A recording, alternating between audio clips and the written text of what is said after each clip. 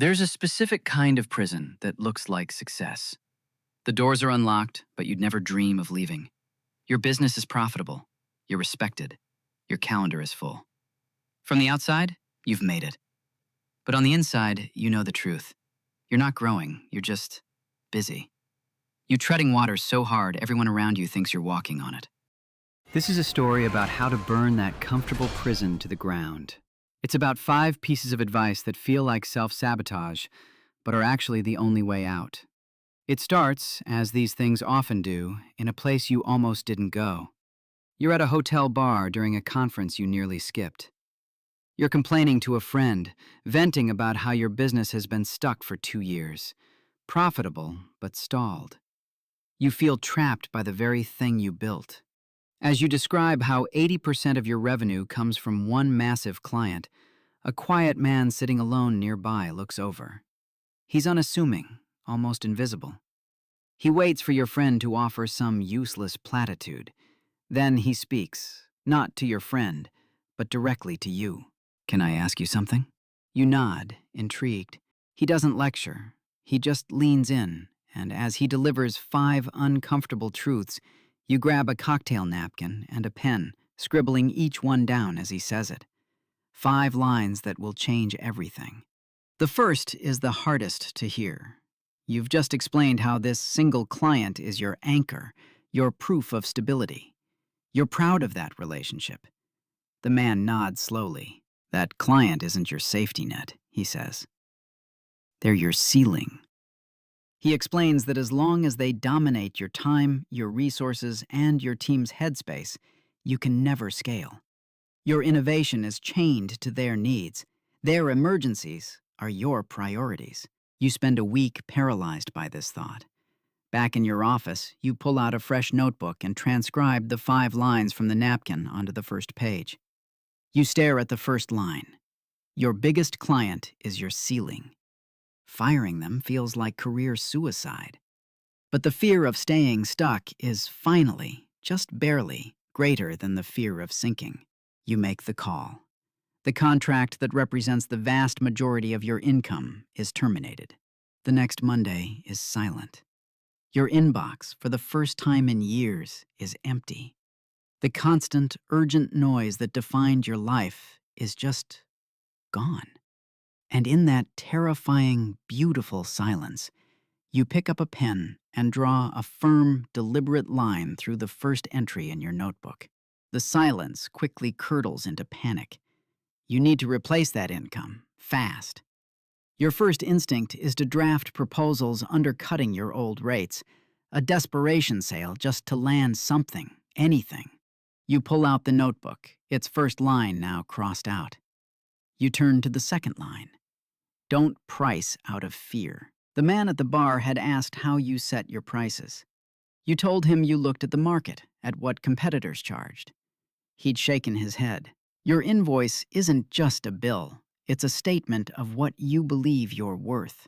The notebook sits open on your desk next to the new proposal you're sending for a complex project.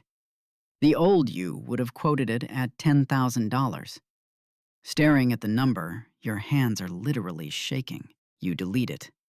You type $50,000, 5 times what you would have dared before. You hit send and immediately feel sick, certain you'll be laughed out of the room. 24 hours later, a 1-word email lands in your inbox. Approved. You lean back in your chair, take a deep breath, and cross out the second line in the notebook. Bigger opportunities appear. A large, established firm wants to hire your team for a major project. The money is fantastic, but there's a catch. Your work will be completely white-labeled, presented under their brand. For years, this was the dream: steady, high-paying work without the pressure of sales.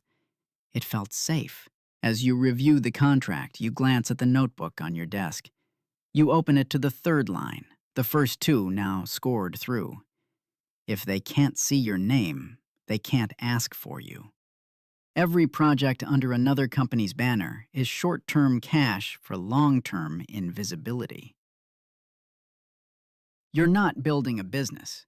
You're building someone else's. You drag the unsigned contract to the trash icon on your desktop. Your accountant calls and tells you, in the calmest voice he can manage, that you're insane. You hang up, cross out the third line, and then use the same pen to begin sketching a logo that is finally, unmistakably, your own. By refusing to be invisible, you attract a different kind of client. You meet with a tech startup. Brilliant idea, incredible team, but almost no cash. They can't afford your new rates. They offer you a choice. A project fee of $200,000 or 10% equity in their company. The old you would have grabbed the cash. Cash is king, right? Equity is a lottery ticket. You open the worn notebook. 3 lines are now crossed out.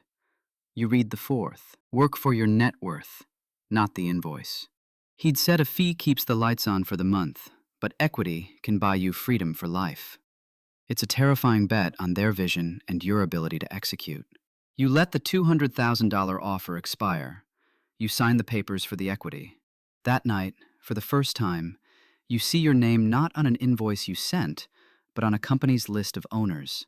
You cross out the fourth line. Only one remains. For the next 18 months, you pour everything into the startup. It works. The company gains so much traction it catches the eye of a major corporation looking to acquire them. That corporation, as fate would have it, is the very first client you fired. Which brings you to a glass-walled boardroom high above the city. The executives sit across from you, the same ones from before.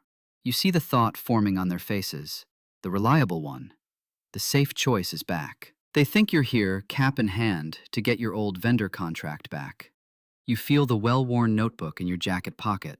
The fifth and final line is burned into your memory. Reliability can be a cage. Your reliability hadn't made you valuable. It had made you predictable, replaceable. The lead executive finally speaks, ready to dictate the terms of bringing you back on. You hold up a hand to stop him. You're not here to discuss a service contract. You're here to discuss an exit. The deal closes. A life-changing number appears in your bank account. There is no party. It just lands. You don't buy a supercar. You don't post about it online. You go back to your office, now empty and quiet, and take out the notebook one last time. You open it to the first page. All 5 lines are crossed out. You found your freedom the moment you fired your biggest client. You found your value when you typed a number that scared you. You built a brand when you refused to be invisible. You built wealth when you chose to be an owner. And you finally grew when you acted on the truth that being reliable wasn't a compliment. It was the comfortable prison you had built for yourself. You run a hand over the 5 crossed-out lines, then close the notebook for good. You leave it on the desk as you walk out, closing the doors to your old consulting business with a final, quiet click. Real growth doesn't come from doing more of what's already working. It comes from the terrifying choice to tear it down, to build something that isn't just reliable but resilient. Something that isn't just profitable, but valuable. Something that is, at last, your own.